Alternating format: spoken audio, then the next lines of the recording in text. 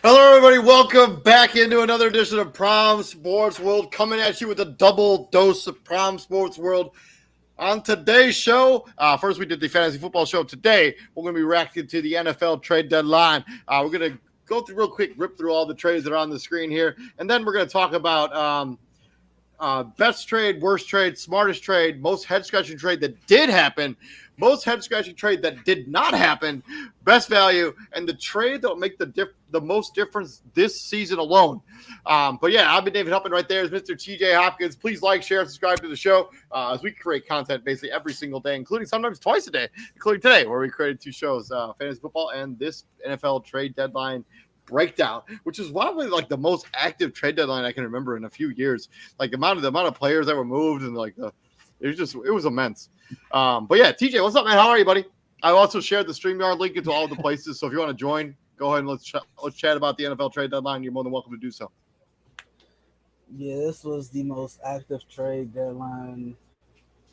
I want to say they said in like a decade or so like that. I don't know how accurate that is, but it certainly felt like it because I just don't remember this many moves being made like in past trade deadlines. I think it was like a grand total of like 15, like over the course of the week. I think it was like 15 trades, something like that. Yeah, there was a lot. Let's just rip through them real quick. So Buffalo's going to receive safety Dean Marlowe, kind of replacing Micah Hyde there. So the Falcons retrieve a 2023 seventh-round pick. The Atlanta Falcons add Rashad Fenton from the Kansas City Chiefs. The Chiefs receive a 2023 seventh-round pick. The Bills and the Colts swap running backs. Naheem Hines is now a member of the Buffalo Bills, and Zach Moss and a fifth-round pick is now a member of the Indianapolis Colts. The Denver Broncos, after they trade away Bradley Chubb, they get another pass rusher from the New York Jets. They get defensive end Jacob Martin, a fifth-round pick in exchange for a fourth-round pick going to the Jets. And then Jeff Wilson gets reunited with Mike McDaniel. We talked about this a little bit on the show yesterday in Miami. Jeff Wilson goes to Miami for a fifth-round pick in 2023 from the San Francisco to the San Francisco 49ers. The Jacksonville Jaguars traded for Calvin Ridley, and all they had to give up was a 2023 fifth and a 2024 second-round pick. I know there's conditions on it, which I have not looked at yet, but that is certainly an interesting trade. At least we'll talk about it here in a minute. But and then one of the big ones, Nick Chubb heading to South Beach in a mega deal. The Miami Dolphins received Bradley Chubb and a fifth-round pick. Chase Edmonds, first-round pick, and a 2024 fourth go to the Denver Broncos in exchange for Bradley Chubb. The Steelers get the underperforming William Jackson III, who was going to get released if he hadn't got traded to the Pittsburgh Steelers. He's still in the middle of like a lengthy contract, so we'll see what ends up happening with that. Washington gets a sixth-round pick in return. And then the trade that we're all both pretty excited about, Chase Claypool trade to the Chicago Bears. The Bears, they obviously get Chase Claypool. They had to give up a second-round pick to do it. It is their second-round pick and not the Ravens' second-round pick, so that's important to note. And then I guess the Minnesota Vikings are tired of the Irv Smith progression train. They have traded for former first-round pick TJ Hawkinson, along with a fourth and a 2024 fourth for a second and a third in not in this year and next year's draft. And then the Bears obviously trade away Roquan Smith earlier in the day. They get back A.J. Klein, who's an interesting young linebacker, a second-round pick and a fifth-round pick. Mm-hmm. This is early in the trade deadline. This was on October 27th, so this is before that final Tuesday. The Kansas City Chiefs traded for Kadarius Toney. New York Giants get a third and a sixth. And then earlier on the 26th, the Philadelphia Eagles traded for Robert Quinn. They had to give up was a 2023 fourth-round pick. The Dallas Cowboys bolster their defensive line by getting Jonathan Hankins and a seventh round for a sixth-round pick. And then after Breece Hall gets injured, the New York Jets traded for James Robinson, and the Jacksonville Jaguars received a sixth-round pick, my apologies. And then the big one of the big blockbuster trades of the entire weekend, October 21st, the San Francisco 49ers get Christian McCaffrey. Carolina receives a second, a third, a fourth, and a fifth. Three of those picks next year's draft. The one after is 2 years from now. And then after Robbie Anderson was thrown off the bench for the Carolina Panthers, he's traded immediately to Arizona Cardinals. Carolina gets a sixth and a seventh in not this year, but the next two drafts. Deion Jones traded to the Atlanta Falcons along with a seventh-round pick for a sixth. And then Justin Herron got the trading started. This happened on September 21st. This might have been like almost in the preseason. Justin Herron goes to the Las Vegas Raiders and a 2024 seventh-round pick. New England gets a sixth-round pick in return. But yeah, that was basically every trade from the beginning of the season to the trade deadline. Just your analysis on some of the moves, like before we get into the stuff we have pegged for the show stuff.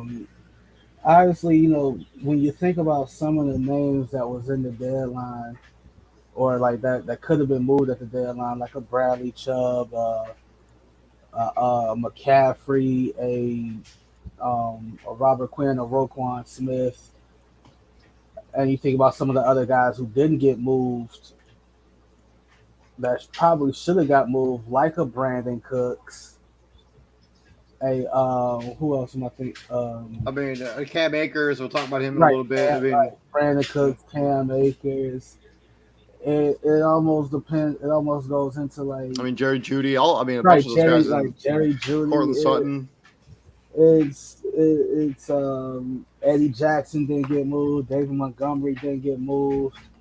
Like these are guys we thought would definitely be playing somewhere else, and it's like if you remember, like if you had guys on your team where you thought they were going to get moved and they didn't, you're like, okay, cool.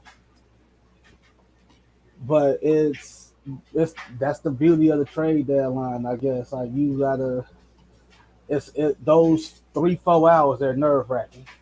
Yep, 100%. It's pretty much a nerve. I wasn't totally sure that Brandon Cooks was going to get traded. He just signed another extension this offseason. I think it would have been interesting if they had decided, hey, we're going to trade him away. When he releases the statement that he made, though. I realized that he probably wasn't happy about it, but I never thought they were going to trade him, especially if they gave him a new contract. I would have been shocked if that had happened.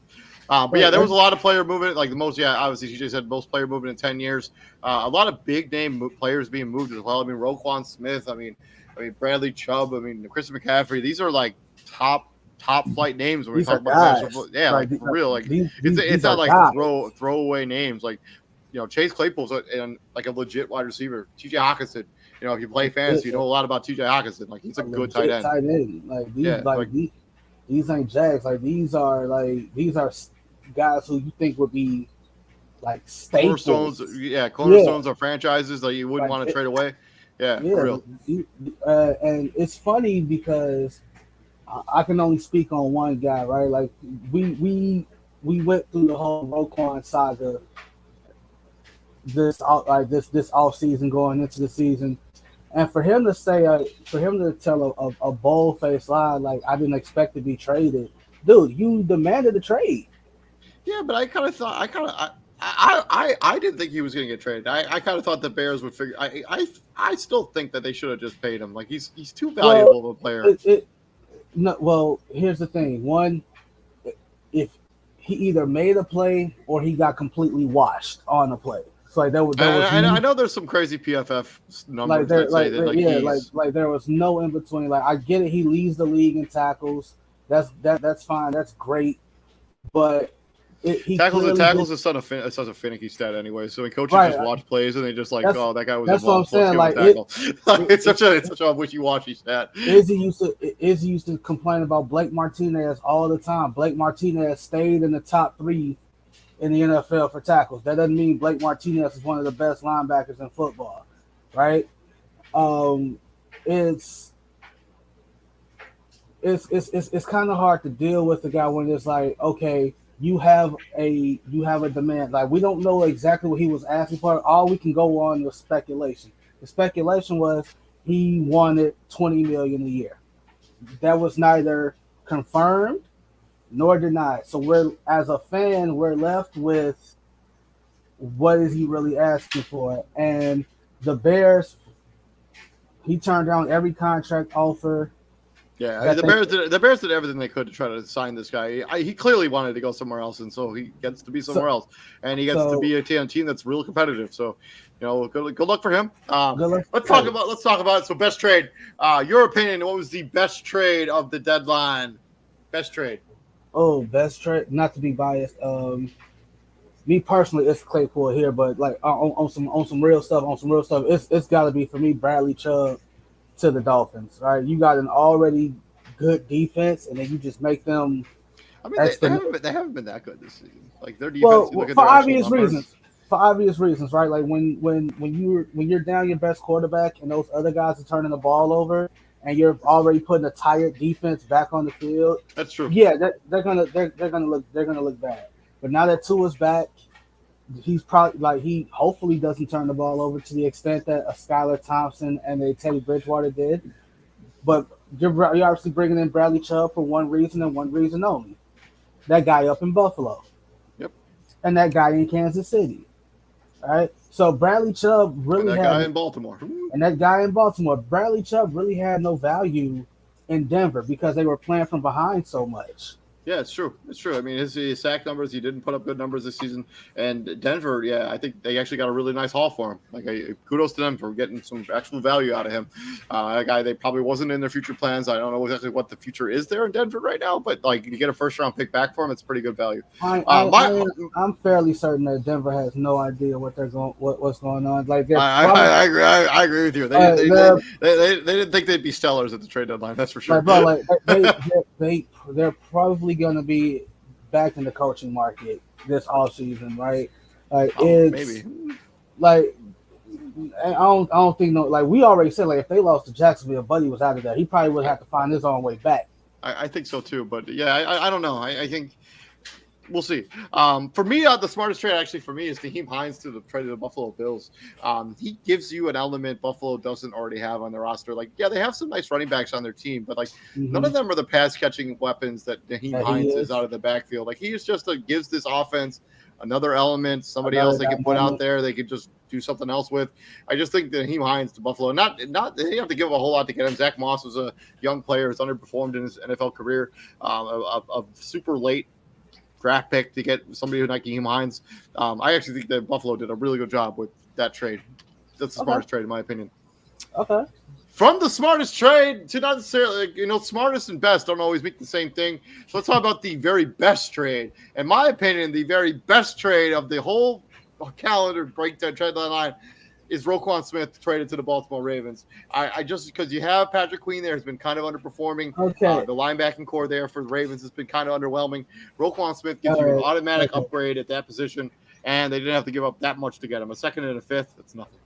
Okay, so to me, that's my smartest trade on both aspects, right? So this is a situation where I like it on both sides, for that trade. Right, this is a situation where both sides win, right? Baltimore, they get a playmaker on defense who probably fits their scheme better than what he fitted here. And Chicago, you get compensation for a guy you probably would have lost in the offseason anyway. Yep. Right? And to all the fans, like, oh, we could have tagged him. That doesn't mean he's gonna play. Yeah. I mean, there have been numerous players that have gotten tagged and decided not to play. It's not the end all be all that it used to be. Right? So I'm not going to tag a guy and then I'm not playing on the tag. All right. So you're really wasting $17-18 million wherever the tag rate is for linebackers. And so, like, to the point you brought up earlier, he's in a better situation now. He's in a contending situation now. And yeah, so for me, that's my smartest trade. My best trade was the Bradley Chubb to Miami. That was my best trade. So yeah, I may have tackled these out of order. I apologize. No, I have my notes out of order because it's cool. It's cool. So like your best trade was Roquan to the Dolphins. I mean to the Ravens. Your smartest trade was Nyheim Hines to the Buffalo Bills. Okay. Yeah. Just keeping up. But yeah, from there, let's talk about, not every trade can be the best trade. There's always got to be the opposite end of that spectrum. For you, what is the worst trade of this deadline? The worst trade of the deadline, it's probably a move that wasn't made. So it's the Packers not making a move. It's the Packers not making a move. It's who else? It's the Buccaneers not making a move. It's teams that really needed to make a move that didn't make a move, right?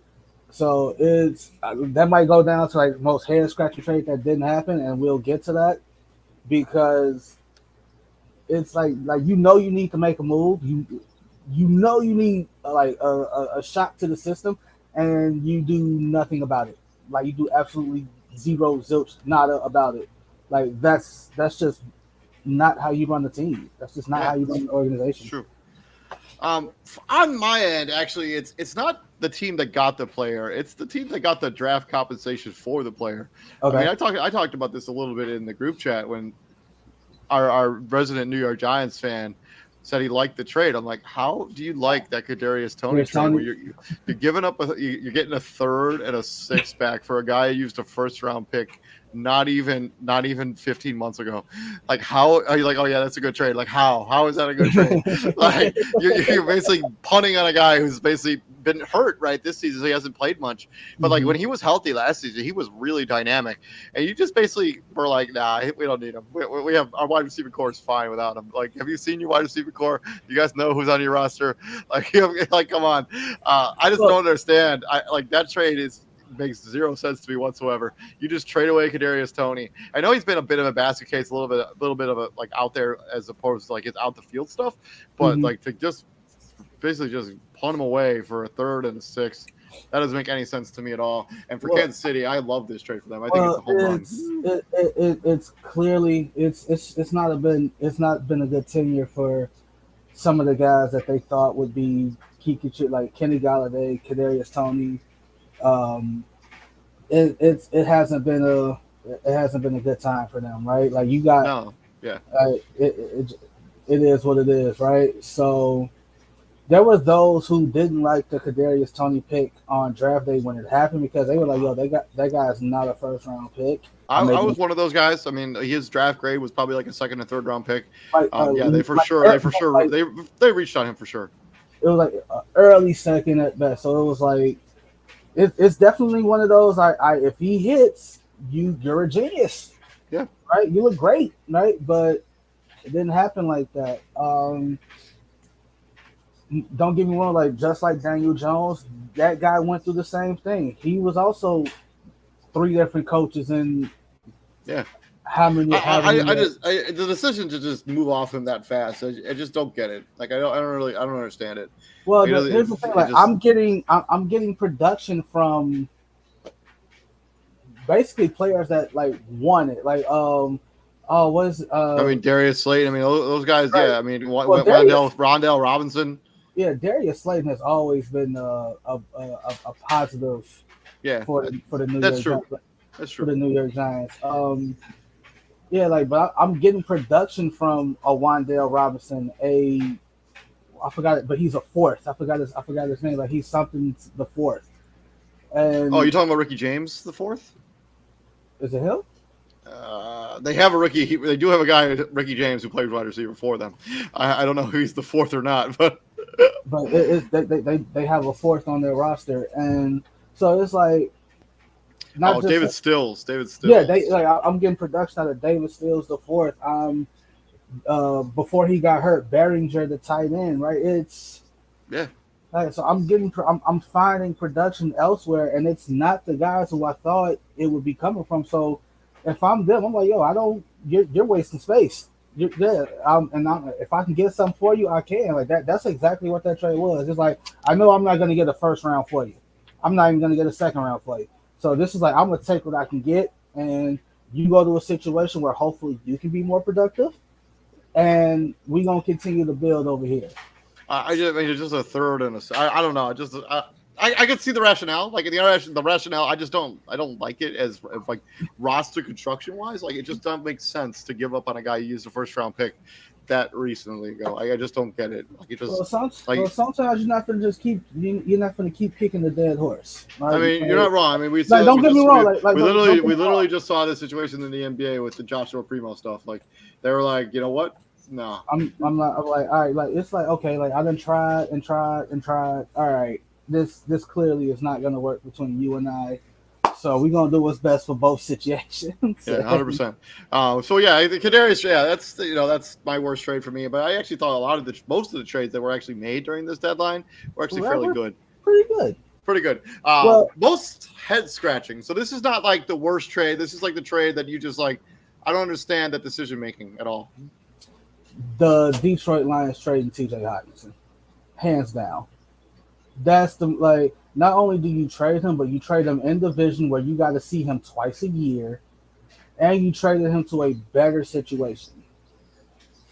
It's like they went out and righted all the Calvin Johnson wrongs and Barry Sanders wrongs. Like they refuse to trade those guys, but they'll just let T.J. Hockenson end up in Minnesota. Like, and it's. I'm just like that. That's just head scratching. Like, you know what this guy is. You know what he brings to the table. If you were gonna trade him, I'm not even trading you in the NFC conference, bro. I am trading you outside. I'm trading you to the AFC where you can go hunt them for the years to come, and you probably only see me once every 4 years. I am not playing no. Now you got to see this guy twice a year for probably the next decade. And as long as he's in Minnesota, like I'm gonna make you pay every time I see you. Twice, I'm trying to break records every time I see you. Yeah, my most head-scratching trade actually involves the Jacksonville Jaguars and the Atlanta Falcons.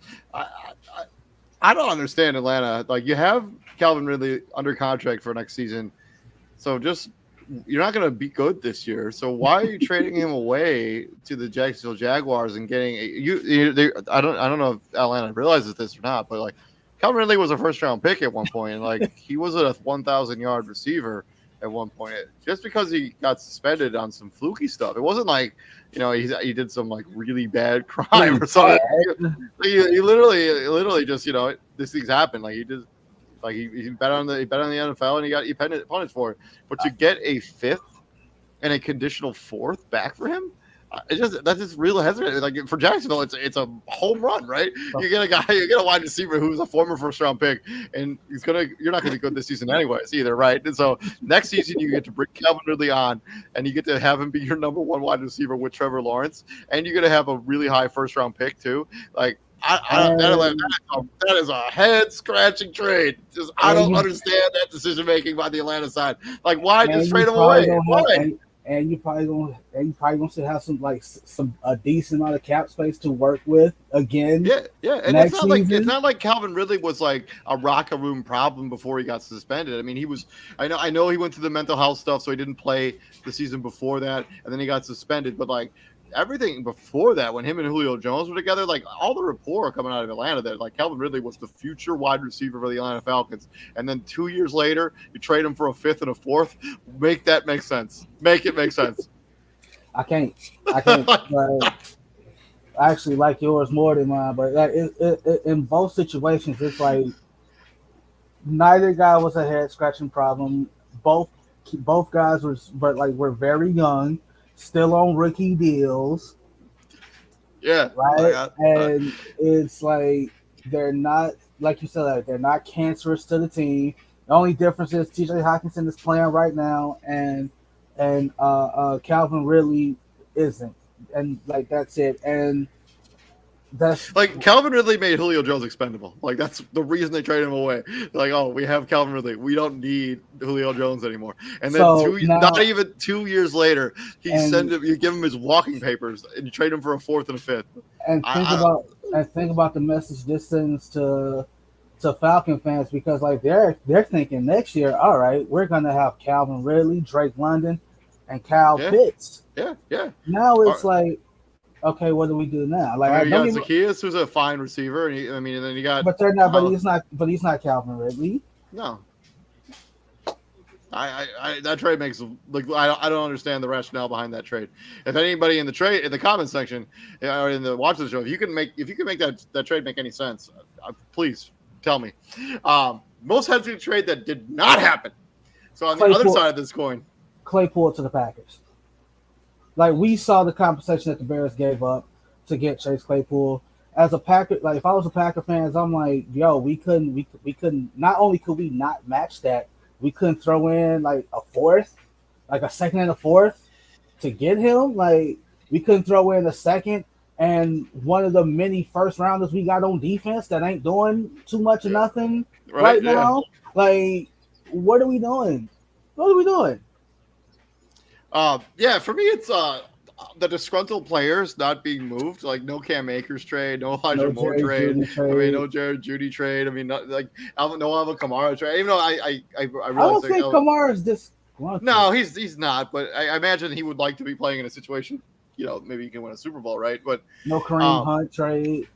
yeah, no Kareem Hunt trade. He requested a trade in the offseason. That team's not really going anywhere either. Elijah Moore. And then, yeah, I'm in the same wavelength as you. Like, the no Green Bay Packers trade, like, you could have easily have been like, And hey, it's not just for Chase Claypool. I would reason I brought up Chase any of these Claypool. guys. I mean, Jared Right, it's Judy, because, but Brandon Cooks, Elijah the Moore. one You don't make any of those trades? the one they were linked to heavily was Chase Claypool. Like, all reports indicated like Green Bay's giving up a second for Chase Claypool, and it didn't happen. And like you say, like, you don't trade for, like, you don't even call. Like, I saw it earlier. They called for Jerry Judy.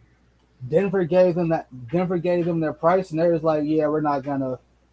So it's like, damn, bro, like you ain't even think about matching, like you didn't even think about that. So it's like Michael Irvin said something on First Take the other day, like he feel I'm not going this far to like saying I'm agreeing with him, but he's like, there's this conspiracy out there to like to for them to like make chase Aaron Rodgers away, like they want him gone so bad that they're gonna make this season miserable by like not helping him and all that. And it's like, I'm not one for conspiracy theories like that, but it's like, dude, after a while, it's like after a while, it's like, come, hey, wait, hey, is what he's saying hold weight? Because you're clearly not happy with the receiving core that like, I get you. All right, so Devontae Adams, we understand that, right? You clearly didn't like the progression that Alan Lazard when Devontae Adams was there, because he was just slow with it. Same thing with MVS, but Devontae Adams did allow those guys to have some kind of free reign, right? Because I'm getting one-on-one matchups with MVS and Alan Lazard. All I'm asking you to do is beat the one guy that's on you, because that guy's getting two. Yep. And none of those guys could do it on a consistent basis, which And is none why we're here where we are now. The other like there are a bunch of teams in the NFC that like decided, hey, like we're fine. We don't need to make any kind of move. Like the Green Bay Packers, they're not addressing their wide receiver situation. Los Angeles Rams not getting a consistent other option or even a edge rusher. I mean, they could have traded for Jacob Martin, the kid from the Jets that they gave up a 4th-round pick for. The Dallas Cowboys. I know they made it for Jonathan Hankins, but that's not going to move the needle all that much for the Dallas Cowboys. No, Tampa Bay Buccaneers we didn't address their offensive line or the loss of Shaq Barrett at all in this free agent. No, like we literally saw the Bears run for like 240 against the Cowboys, and this is after they made a trade for Jonathan Hankins. The Raiders offered 2 firsts for Brian Burns from Carolina, and Carolina turned that down. And if I'm the Raiders, first off, Brian Burns is a guy that's like he's gonna help me win now. He's a win now guy. Like you're not in a position. You're 2-6. I mean, the Giants, another team. They don't really address any of their concerns. I mean, I guess they're just like playing with house money at this point, so they're going to figure out how it is. But like the Chargers, everybody expected the Chargers to be a lot better than this. They don't make a single move in the offseason given their wide receiver situation. Like, yeah, that's like I can understand. Like, and they don't address their secondary either, or their offensive line. I can understand teams not like the Jets. If the Chargers would have called the Jets for no, but like you're interconference. Like I might have to see this guy. I don't want to see pissed off Elijah Moore with Justin Herbert throwing him the ball. Jerry Jeudy, like that would be an in division trade. I'm not gonna see pissed off Jerry Jeudy. Yeah, that's true. Twice a year. But they also have Cincinnati Bengals, another one. I know they tried to address this offensive line in the offseason, but it hasn't really worked out. And then they lost their top corner during that game against the Cleveland Browns, probably an ACL tear for Awuzie. Got injured in that Bengals game. I have not looked at his status since. Didn't even know he was hurt. I was too focused on the ass whooping. I'm 99% sure that he tore up his knee because it was like a non-contact injury and like it was bad. Yeah. Okay. It's a torn ACL. Oh, Jesus. Yeah. So I mean, all of those are head scratching trades. Like you're a team that's supposed to be in the. I mean, if you're the Rams, I mean, what happened to F those picks? When do you finally realize that hey, if we trade away all our draft picks, we have no depth, and so people get injured, we're screwed. Yeah, that's what happens. That's how it works. From the head scratching, let's talk about best value.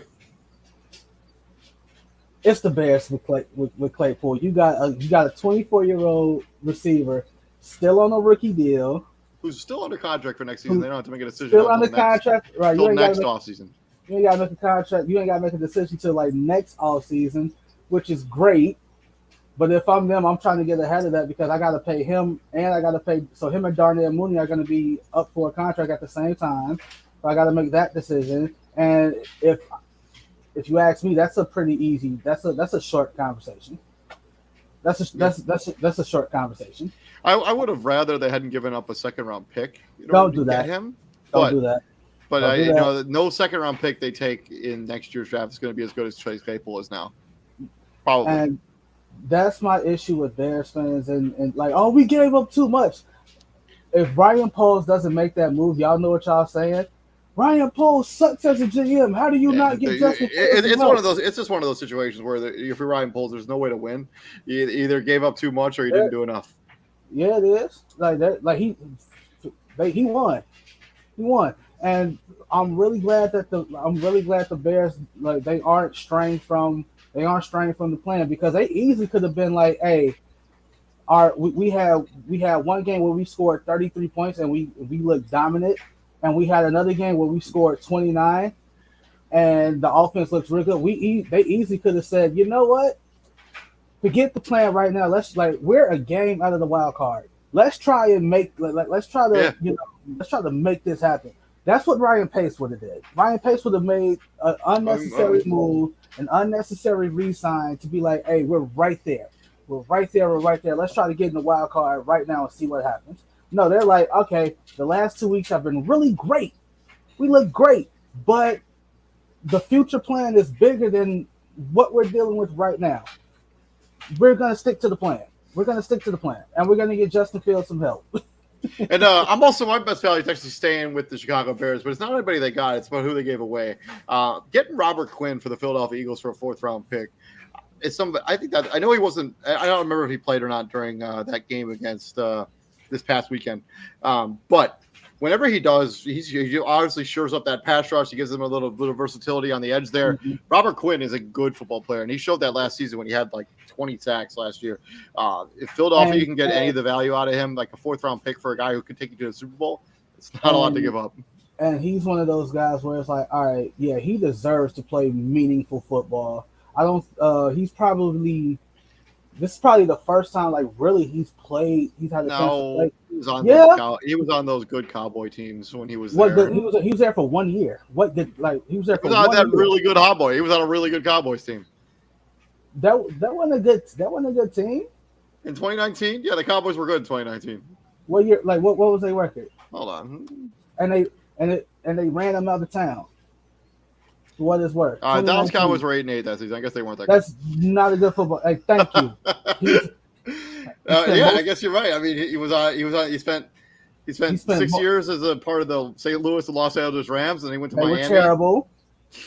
All right, fair enough. Terrible. Yeah. So he first time in his career, he's played meaningful. He's gonna have a chance to play meaningful football. And we're all very happy for him. Robert Quinn, I think that's actually really a good value trade. How about the trade that'll make the most difference this season? Not like future, this season. That's probably. And my guy is a guy we already saw play dividends for them earlier this Sunday when he did something that's only been done 10 times in the history of the National Football League. It's Chris McCaffrey going to the San Francisco 49ers. I know they gave up a haul to get him, but he already showed up. We already showed him in week 1 week why you give up to get Chris McCaffrey. One touchdown, one rushing touchdown, one receiving touchdown, one passing touchdown. It's the second game. Like, they're 1-1 with him. The first game, I'm just chalking it up to, hey, that's Kansas City. Yeah. Yeah. That's good. And the second game, like you said, like he added his name to the history books, right? That doesn't happen often. We don't see the triple crown, the touchdown triple crown like that. Not 10 times, and it was done 10 times before that in history league. He joined names like Walter Payton and LaDainian Tomlinson with that performance.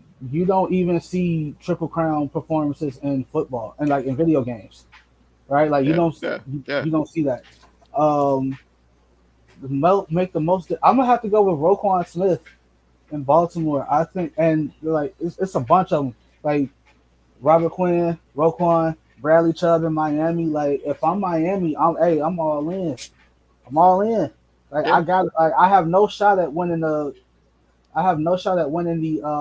division because I think Buffalo I think they're too far ahead to catch them, and you're not gonna you're not gonna outseed Kansas City. So your best shot right at this is a wild card. Like, you're a wild card team. Like, it's already set in stone. The Miami Dolphins are a wild card team. So unless I love what Miami did. I mean, getting Bradley Chubb, getting Jeff Wilson Jr. I mean, both those moves should help them this season for sure. So unless Buffalo just completely falls apart, I don't think that's gonna happen. I don't see that happening. I also think the TJ Hawkinson trade should be something that is beneficial to Minnesota away. Oh yeah, like that right away, like that. They're 6-1. They lead the North. They're already how many games ahead of Green Bay? Like 4. They have a tiebreaker, so I think it's like 4 at the moment. So it's like, yeah, I'm just gonna push this thing as far ahead as possible, and I'm gonna submit my. I'm gonna be probably the 2 seed, and I'm probably gonna be the 2 seed in the NFC because I don't think anybody's touching Philly. Philly might play 12 games before they even lose a game. All right, and the game I had them losing is that second game against Dallas. And they own the tiebreaker against Minnesota because they beat them head-to-head. Exactly. So it's, yeah. I mean, the first game that Philadelphia could legitimately lose would be like that Packer game and on Sunday Night Football. and I don't see them losing that one. I'm like, it's gonna take. If they win that Packer game, they could legit run the table. I mean, Like I'm telling you, like the only game that they legit might going to lose Dallas is to take on going the to Cow. Dallas. It's going to Dallas because Dallas can say the only reason you beat us is because Dak wasn't playing. I mean that's fun, but it's wrong. But What, you know, no. Here's the thing. That's the thing. We're gonna see. yeah, we are going to see. And We're yeah, I gonna also see. think Robert Gwynn, but yeah, Chris McCaffrey's my vote for the guy that I think will have the most impact for this particular season until the end. I think Chris McCaffrey's going to have a lot to say about what comes out of the NFC West when it's all said and done. You're going with Bradley Chubb to the Dolphins? Yeah, love that move. Love that move. Yeah. Because like they're basically saying, all right, again, we're not catching Baltimore. We're not catching them. we're not catching Baltimore. They're the one seed. I mean, Buffalo. They're the one seed. Kansas City's probably going to be the 2, and we have to get in this. We have to get in the conversation. We have to get in the conversation. So it's likely that Buffalo gets that first round bye. That means we're either playing Kansas City or Baltimore. And in the first round, I think they would probably play the Titans or the Ravens. Okay, so we're playing or it's one of the three. It's one of the three, right? Because they're like the one division's already pretty much sewn up. Well, if they're the number one wild card, which I mean they could realistically could be because they're not that far out of it right now. Yeah, they would play the Titans. Actually, they would play the Ravens if the playoffs started today. Even better. So Bradley, you got one job: contain Lamar Jackson. Easier said than done. I get that, but that's why you make that deal. 100%. And yeah, that's been our reaction to the 2022 NFL trade deadline. Yeah, really exciting day. Like, man, I was at work and like I'm trying to focus on my work and that these trades keep pouring in. I'm like, how am I supposed to focus on my work when all of this stuff is happening? I 100% kept refreshing my Twitter feed like every 5 minutes. I'm like, and it was up there with like how excited I usually feel about the trade deadline of the NBA. Like I just love that stuff. And yeah, we're gonna be doing our games of the week show tomorrow. I don't know what time that's gonna happen yet, but so stay tuned for that content. Also, Izzy's gonna have his college football showdown show on Friday, and then the crossover returns on Saturday. We got a lot to talk about when it comes to the National Basketball Association. That's for sure. But yeah, I've been David Huppin right there. This is TJ Hopkins. But before we go, I just want to give my condolences to the family of Takeoff, the rapper that was shot in Houston. Yeah, part of the Migos. He was only 28 years old. I don't know what I really don't know what to say. Like, there's nothing I can say that can make anybody feel better. Like, other than like that was a guy that, especially like people in my culture, like, yo, we grew up with. Like, me and Takeoff are the same age. We're both 28 years old, and for 10 years in the rap game, like this dude was basically a part of my come up. Mm-hmm. Right? We're all like me and him were the same age. So I just want to give condolences to him and his family and stop the violence, please. Just enough is enough. Like we've lost 14 rappers in the last 5 years. That is insane. Like enough is enough. Well said, my friend. Well said. And yeah, here at Prime Sports World, we bring the heat, and we'll be bringing you guys the heat for the entire National Football League season. So continue checking us out. Please like, share, and subscribe. And please go over to that our YouTube channel, Prime Sports World, and check that out as well. I'm David Huppin. Right there is Mr. TJ Hopkins. We'll be back here tomorrow. You have a good night, my friend.